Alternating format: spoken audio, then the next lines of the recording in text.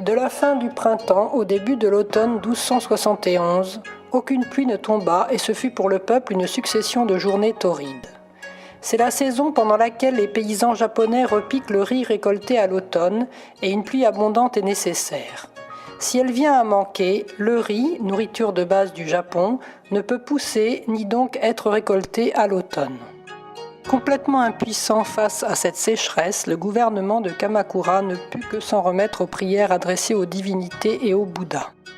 Le 18 juin, le gouvernement implora Ryokan du temple Gokurakuji, le plus respecté de l'époque, d'offrir des prières pour faire tomber la pluie.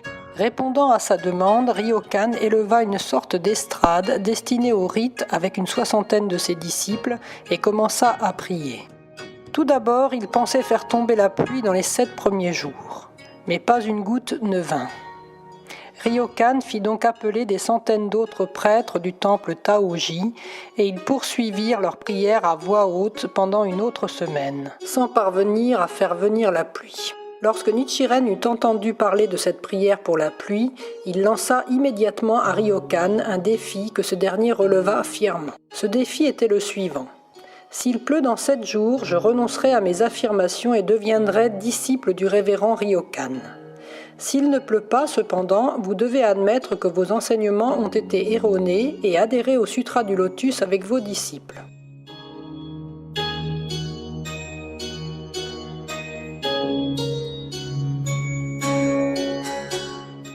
Ryokan releva le défi. Il commença à prier en toute confiance et ses prières se terminèrent en fiasco complet. Mais il ne respecta pas l'accord conclu. Nichiren relate cette affaire dans divers écrits. Ryokan n'en nourrit que plus de rancune envers Nichiren pour avoir été humilié en public. Tous les autres prêtres bouddhistes vivant à Kamakura, qui respectaient Ryokan comme leur chef, compatirent et projetèrent de prendre Nichiren au piège sous de fausses accusations.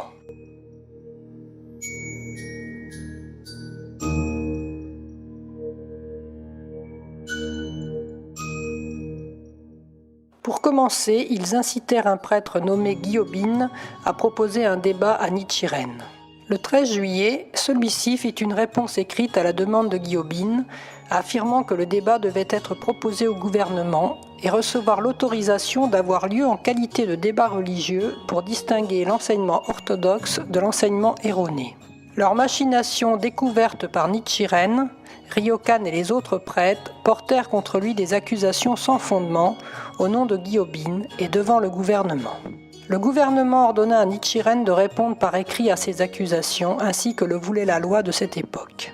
Nichiren prit immédiatement la plume et clarifia de façon explicite pourquoi il définissait comme hérétiques les autres écoles, citant des sutras, tout en réfutant Ryokan et sa suite, au lieu de viser Gyobin. Lorsque le gouvernement donna sa réponse aux prêtres, ils n'eurent rien à répliquer. C'est ainsi que leur conspiration échoua.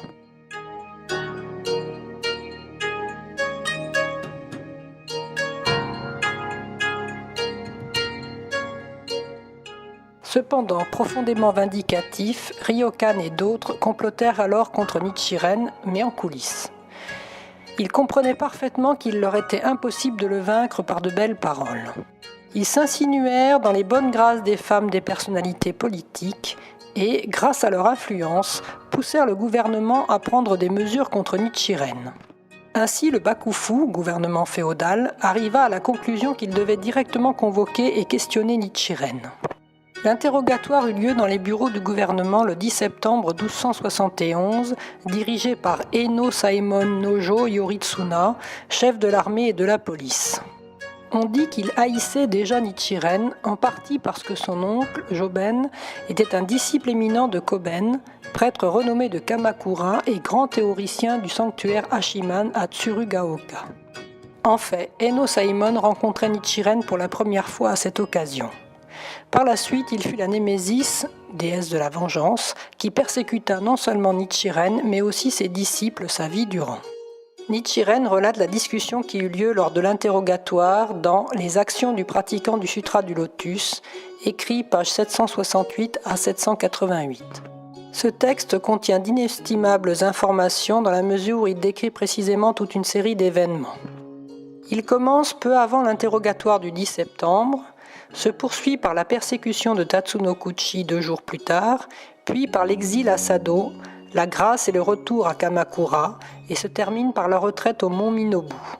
Ce texte sert ici de référence à notre récit.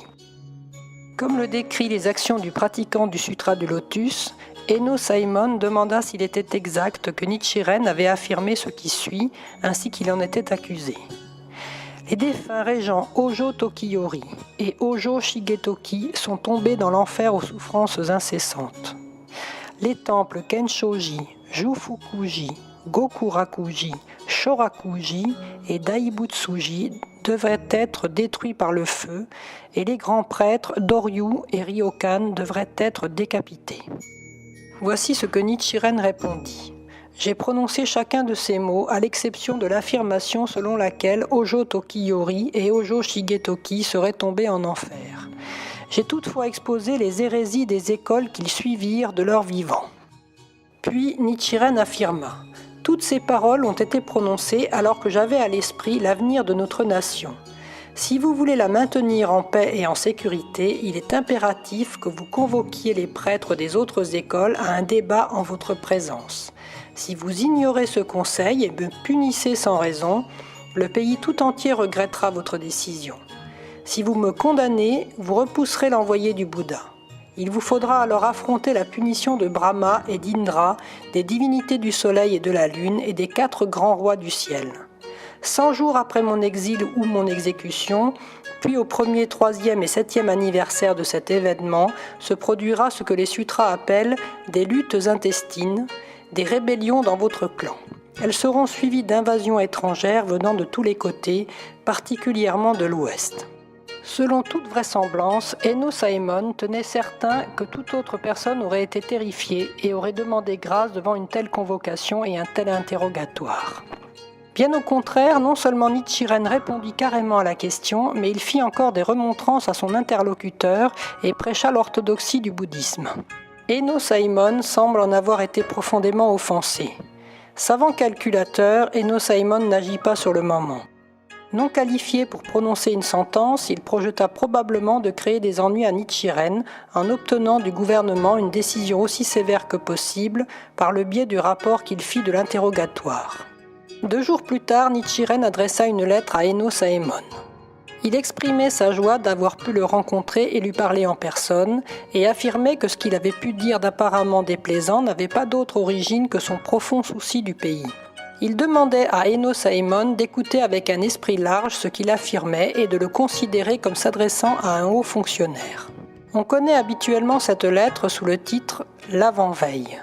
Elle fut probablement envoyée à Enno Saemon avec une copie du traité sur l'établissement de l'enseignement correct pour la paix dans le pays. Bien que nous n'ayons pas de détails sur sa réaction, on peut facilement imaginer que Nichiren lui parut encore plus haïssable. De toute façon, le gouvernement avait déjà décidé du sort de Nichiren.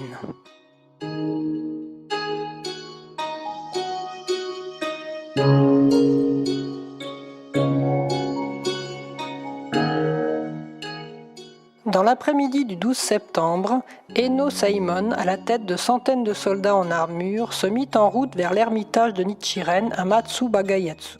Ainsi que Nichiren le relate dans les actions du pratiquant du Sutra du Lotus, ils fondirent sur l'ermitage comme s'ils cachaient un traître. Enno Saemon devait s'attendre à une forte résistance, car des prêtres avaient accusé Nichiren de détenir des armes et d'héberger un groupe de truands. Ils ne trouvèrent que Nichiren et ses quelques disciples. Enno Saemon fouilla tout l'ermitage, ordonnant à ses soldats de défoncer le sol et de jeter à bas les portes. Il pensait sans doute trouver des armes. Ses soupçons se révélèrent sans fondement.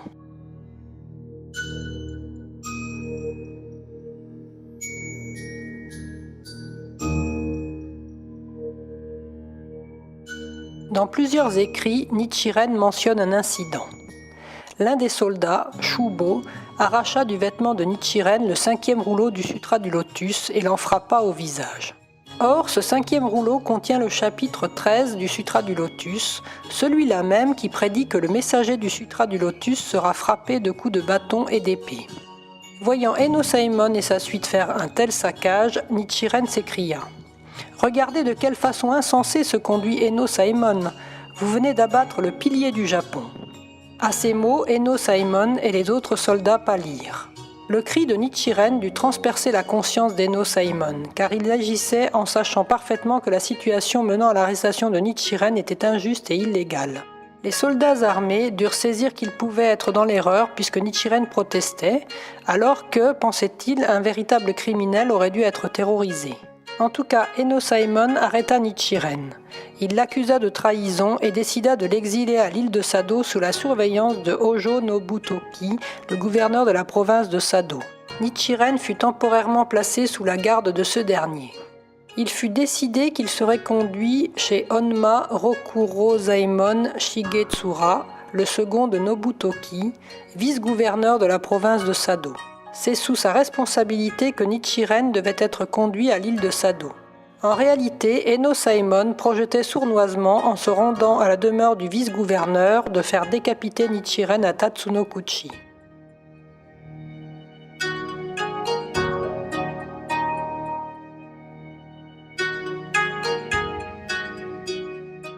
Vers minuit, Nichiren, escorté de samouraïs armés, se mit en route. Nichiren prévoyait ce qui l'attendait, la décapitation. Quand le groupe arriva au niveau du sanctuaire Hachiman à Tsurugaoka, Nichiren descendit de cheval et, précisant aux soldats qu'il avait quelque chose à dire au Bodhisattva Hachiman, il s'écria « Bodhisattva Hachiman, es-tu vraiment une divinité ? Moi, Nichiren, je suis le plus grand envoyé du Sutra du Lotus au Japon et je ne suis coupable de rien. » Lorsque le Bouddha Shakyamuni enseigna le Sutra du Lotus, le Bouddha Tao, de nombreux autres Bouddhas et Bodhisattvas apparurent, brillant comme autant de soleils, de lunes, d'étoiles et de miroirs. En présence d'innombrables Bouddhas et divinités d'Inde, de Chine et du Japon, le Bouddha exhorta chaque divinité bouddhique à jurer de protéger l'envoyé du Sutra du Lotus à tout moment.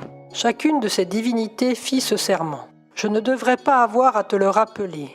Pourquoi n'es-tu pas présent ici pour tenir ta promesse maintenant que c'est le moment ? Si je suis exécuté cette nuit et que je vais à la terre pure du pic du Vautour, je dirai immédiatement au Bouddha Shakyamuni que Tensho Daijin et Hachiman ont trahi leur serment. Si tu penses que cela sera lourd de conséquences pour toi, tu ferais bien de faire quelque chose tout de suite. » Nichiren, réprimandant ainsi la divinité Hachiman, dut paraître bien étrange aux yeux de ses contemporains qui vénéraient ce lieu. Remontant sur son cheval, Nichiren reprit sa route, entouré des samouraïs en armure. À la plage de Yuigahama, il demanda aux soldats la permission d'envoyer un messager à Shijo Kingo, qui était l'un de ses éminents disciples vivant à Kamakura. À Shijo Kingo, arrivé en toute hâte à l'annonce des nouvelles, Nichiren dit « Je vais être décapité cette nuit.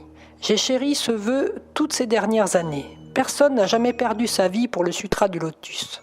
Je vais maintenant offrir ma tête coupée au Sutra du Lotus et partager mes bienfaits avec mes parents, mes disciples et mes fidèles, exactement comme je l'ai promis. » Alors Shijo Kingo, en larmes, répondit « Je mourrai aussi si vous devez être exécuté. » Avec ses frères, il tint les rênes du cheval de Nichiren et l'accompagna au lieu de l'exécution.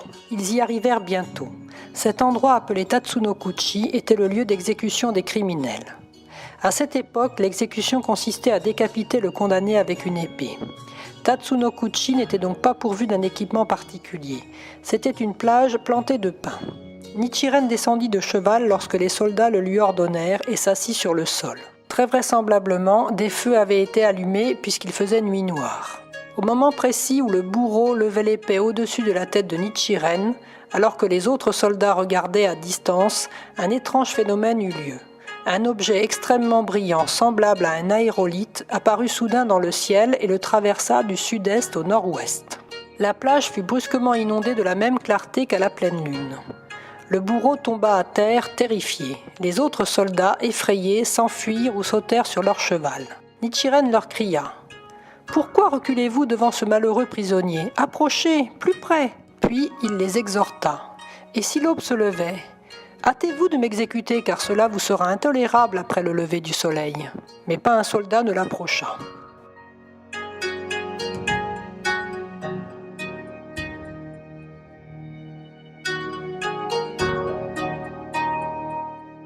Telles sont les circonstances de la persécution de Tatsunokuchi. Cet événement est celui qui revêt la plus grande signification dans toute la vie de Nichiren, ainsi qu'il le relate lui-même dans les actions du pratiquant du Sutra du Lotus, et surtout en raison du sens profond de cet événement. C'est ce que le bouddhisme nomme Oshaku Kenpon.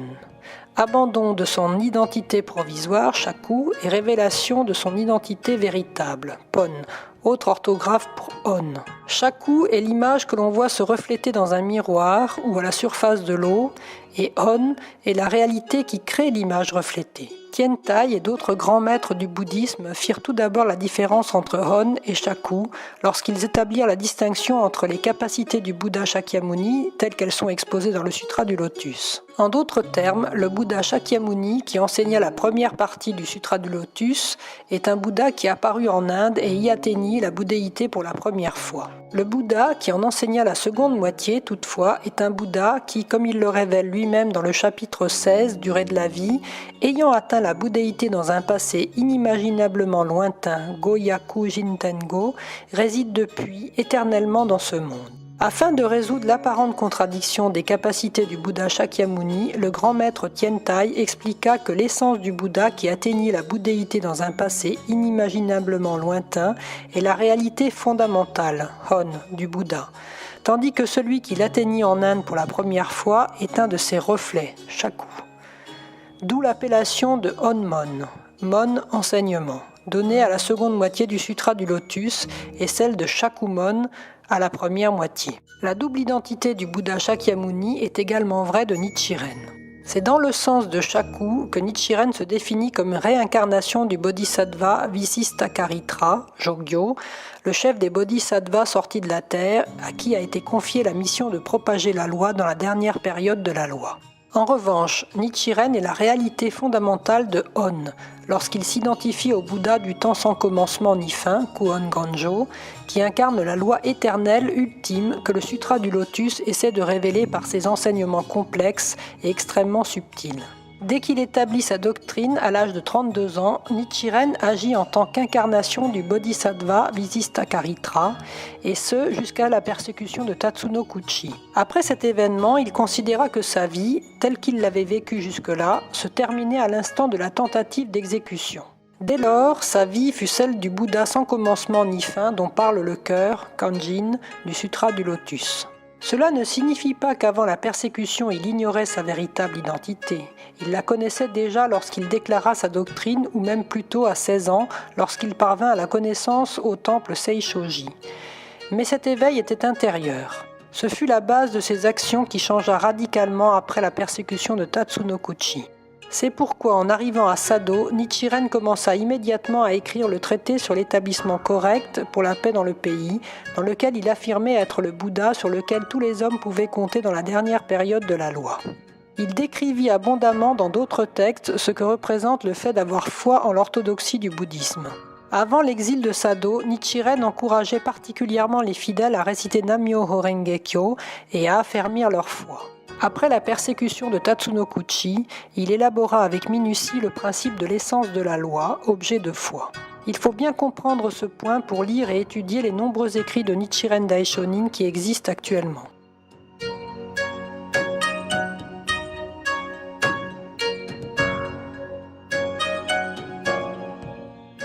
Pour en revenir à notre récit, les soldats qui renoncèrent à exécuter Nichiren à Tatsuno-Kuchi l'envoyèrent à la demeure d'Onma Rokuro Shigetsura, ainsi qu'il était prévu à l'origine. Il y resta un mois environ, jusqu'au 10 octobre. Dans l'intervalle, le gouvernement connut une certaine agitation. Il arriva au régent Hojo Tokimune un événement fâcheux dont nous ignorons les détails. Lorsque le gouvernement consulta un oracle à ce sujet, celui-ci déclara qu'il s'agissait d'un effet négatif pour avoir injustement puni Nichiren. En conséquence, le gouvernement décida de libérer ce dernier. À cette époque, des incendies criminels et des meurtres se succédaient rapidement à Kamakura et des rumeurs commencèrent à circuler selon lesquelles les disciples de Nichiren en étaient les auteurs. En réponse, le gouvernement durcit son attitude et changea d'avis.